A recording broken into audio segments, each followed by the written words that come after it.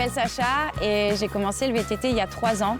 Et assez vite, j'ai eu envie de partager cette nouvelle passion avec d'autres filles. Quand j'ai commencé, je cherchais tout simplement des filles comme moi qui étaient prêtes à rouler à tout moment et qui avaient envie de découvrir plein de nouveaux sentiers.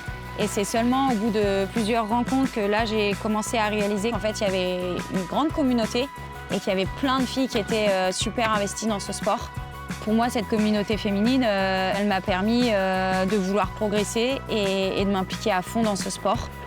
J'ai eu envie de faire ce film pour donner la parole à ces filles, pour qu'elles puissent partager leur expérience, leur vision de ce sport. Pour ça, je suis allée à leur rencontre avec mes amis les plus proches, avec lesquels je roule au quotidien. Déjà parce que c'est beaucoup plus fun de rouler tout ensemble, et puis parce que les questions que j'avais et les sujets que je voulais aborder leur parlaient tout autant à elles aussi. J'aimerais que ce film puisse inspirer et encourager d'autres femmes à pratiquer cette discipline.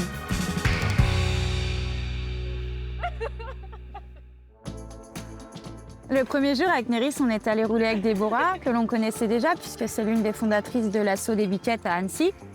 C'est lors d'une sortie avec les Biquettes que justement on s'est rencontrés avec Néris et toutes les autres filles qui m'accompagnent dans ce film. Donc forcément, ça me paraît une évidence de parler de cet assaut en premier et en donnant la parole à Déborah. On a créé l'assaut il y a 8 ans avec un groupe d'amis qui en fait avions chacune des copines qui faisaient du VTT. Donc on est simplement allé faire une sortie toutes ensemble.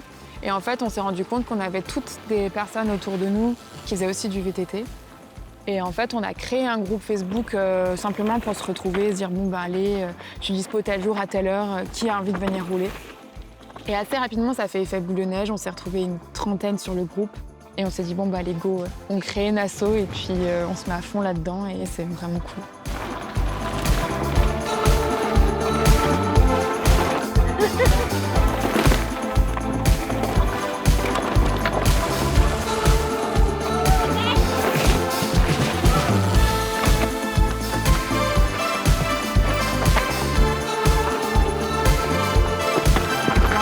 On a à peu près une centaine d'adhérentes par an.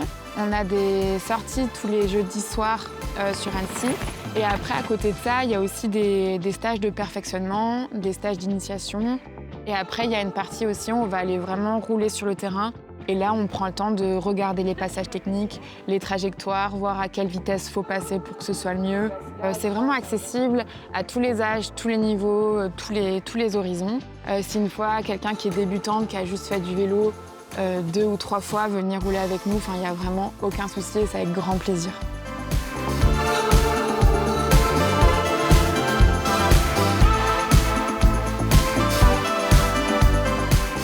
Ensuite, on a rencontré Morgane Such avec Colline et on est allé rider au jet. C'était trop cool de pouvoir discuter avec elle et de profiter de son expérience de pro-rideuse. On a pu parler de la dynamique entre les hommes et les femmes dans le domaine du VTT, puisque justement, elle a l'habitude de rouler avec eux et c'est comme ça qu'elle a commencé.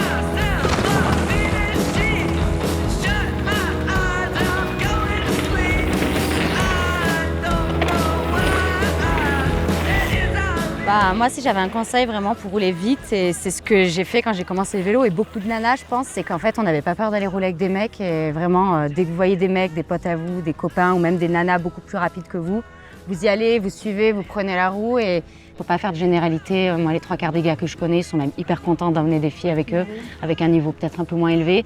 Et ils sont même heureux de pouvoir parfois donner des tips, apprendre. Et on est beaucoup de filles à avoir commencé comme ça et je pense que c'est un hyper bon conseil pour progresser, surtout dans les parties techniques et rapides. C'est une communauté, c'est bonne ambiance. Hein, c'est ça.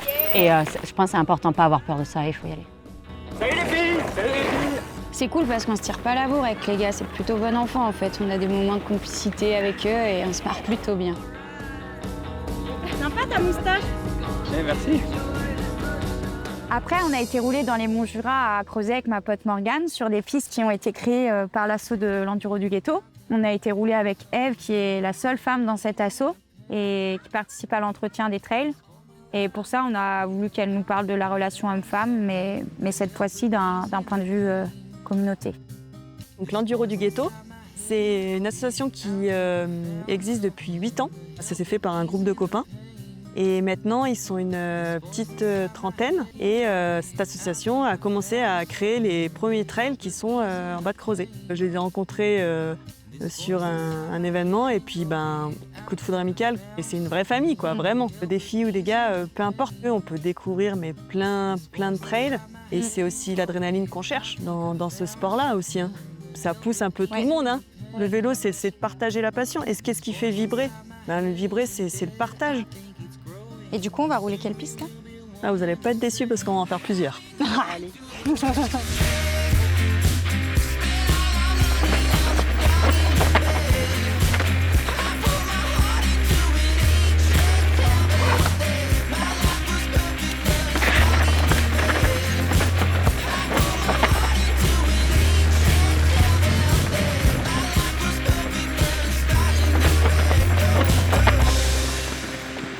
En tout cas, quand on est ensemble, je crois aussi qu'on aime bien partager la connerie. Salut les filles, prêtes pour shredder? Fais-moi ça. Donne tout ce que t'as.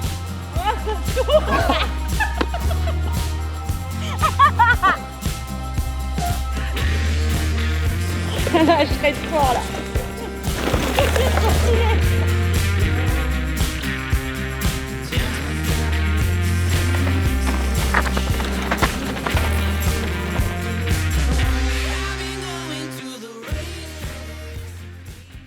Avec Agathe et Clémentine, on a commencé à créer des pistes de vélo près de chez nous.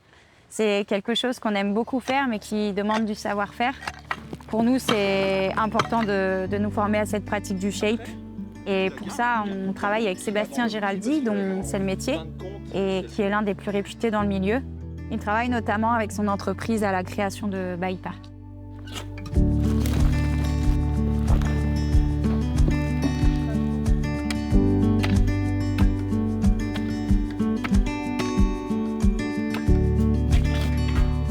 Pendant cette journée avec Seb, on a bossé sur une piste déjà existante. C'était l'occasion de continuer de se former.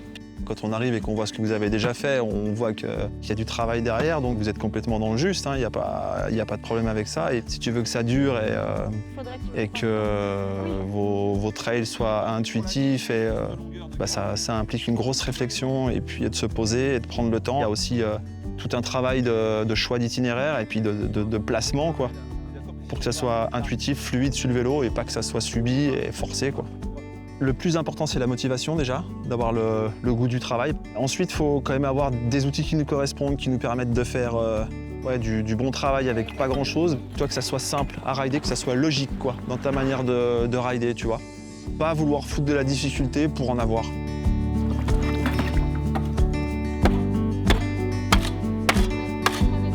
Je crois qu'on aurait pu parler de shape encore des heures dans ce film, mais je voulais qu'on aborde l'essentiel, qu'on prenne conscience de l'importance d'avoir des pistes bien shapées pour pouvoir prendre du plaisir et surtout progresser. Une autre fois, on a été roulé à Bernex dans le pays d'Évian avec Blandine, où là, cette fois-ci, on a rencontré deux autres athlètes, Candice Tupin et Morgane Jonnier. Candice, elle pratique le freeride et elle aime surtout les gros jumps. Elle a pu nous parler de l'appréhension de la peur en lien avec son engagement et aussi du dépassement de soi que ça implique.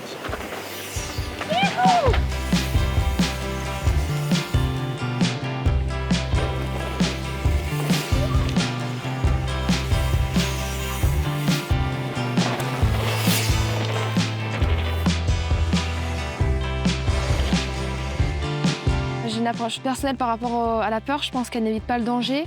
Elle évite de nous blesser gravement.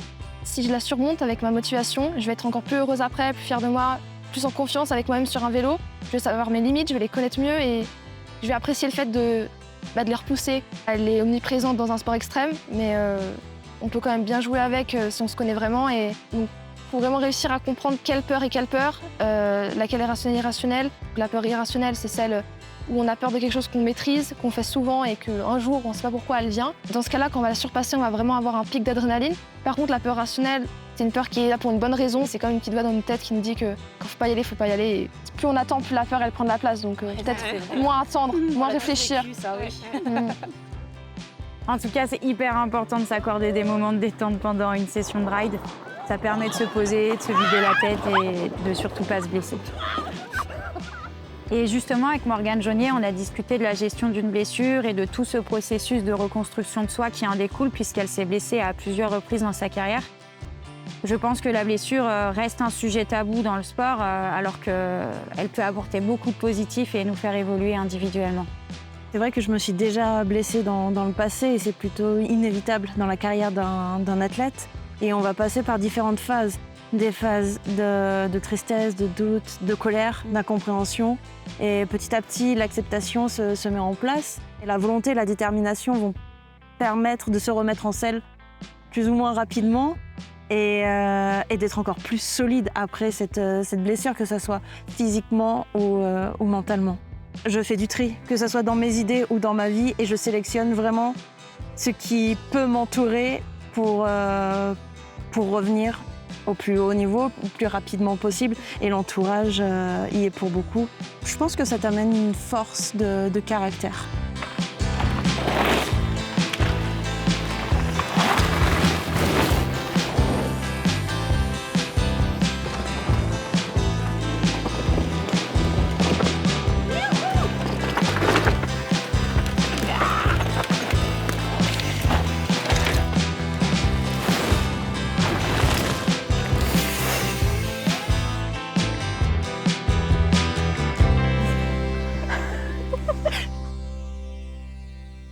Avec Laura, on a pu découvrir le Beaufortin grâce à Olivia. C'est l'une des rares filles qui possède une compagnie de shuttle dans la région et c'était l'occasion pour nous de découvrir différents sentiers dans une même journée. C'est vraiment super et ça fait sortir de sa zone de confort. Selon moi, c'est essentiel de rouler différents types de trails pour progresser.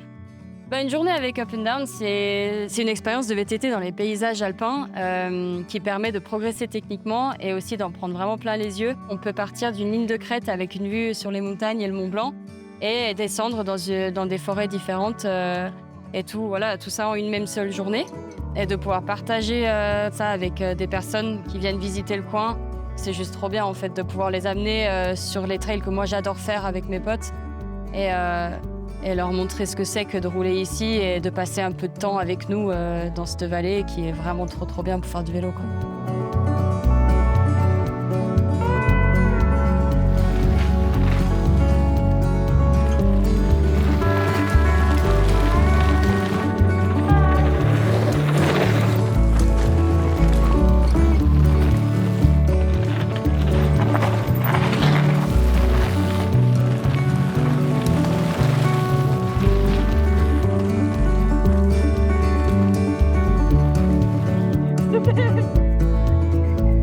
Ce qui est sûr, c'est que quel que soit son niveau, on repart en ayant progressé parce que du coup, c'est un terrain qui est quand même relativement exigeant et qui est différent de ce qu'on a l'habitude de rouler.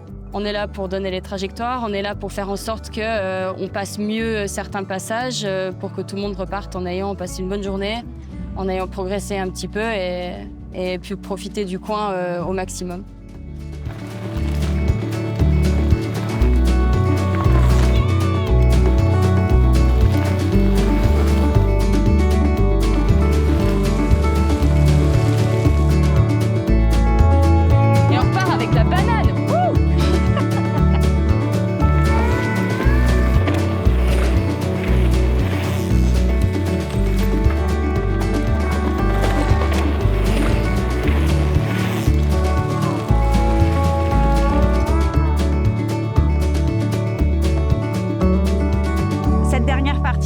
C'est un bon résumé d'une journée de ride comme on les aime.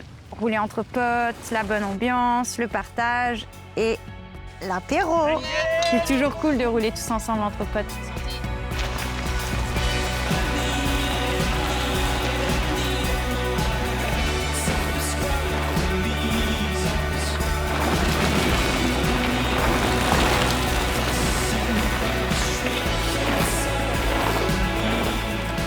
Kylian Bron et Thomas Lapéry, qui sont eux aussi des athlètes, étaient présents ce jour-là et je voulais qu'ils puissent aussi partager leur point de vue sur l'évolution de la pratique du VTT chez les femmes. Plus les années passent et plus la pratique se démocratise, il y a de plus en plus de filles. Il y a beaucoup de cohésion, beaucoup de groupes de filles qui apparaissent. Pour moi, il n'y a pas de sujet. Aujourd'hui, que je roule avec une femme, un gars, un pote, une pote, pour moi, c'est exactement la même chose. Et ça, c'est acté, c'est normal et c'est quelque chose qui est comme ça. Ça va en évoluant, mais il y a encore du travail. C'est assez naturel d'avoir des filles dans mon quotidien et dans ma pratique de VTTiste. Aller rouler avec une fille, comme aller rouler avec un pote, pour moi, c'est aller rouler avec quelqu'un, partager ma passion, partager mon expérience. L'évolution de la place, finalement, de la femme dans notre discipline, elle évolue dans les deux sens. Elle évolue du regard qu'ont les gens de la femme dans notre discipline, et elle est du fait que les femmes s'affirment, s'assument et aillent aussi de l'avant à créer ce projet-là, à créer des circuits de courses, des événements, des sorties. Mais là, je pense qu'elles le font un peu plus librement, en se servant les unes des autres. Elles se sentent à leur place, elles se sentent légitimes, c'est ça, crédibles dans ce qu'elles font. Moi, je trouve ça très cool, d'autant plus quand c'est partagé, mix sur les mêmes événements, sur les mêmes sorties entre potes, quoi. C'est des paroles qui sont assez simples, mais c'est un sujet qui prend du temps, qui évolue, et pour être optimiste, ça évolue dans le bon sens. Les tendances évoluent, les façons de courir évoluent, le sport évolue. La place féminine est de plus en plus présente dans notre sport et c'est un réel plaisir.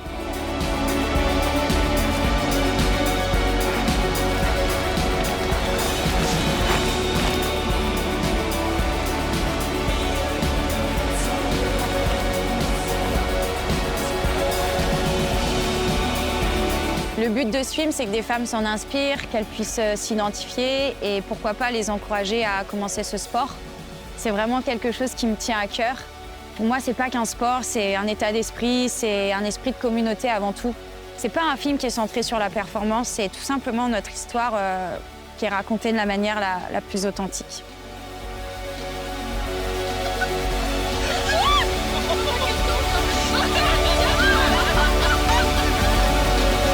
Il est 10 h du mat et je prie déjà le chameau.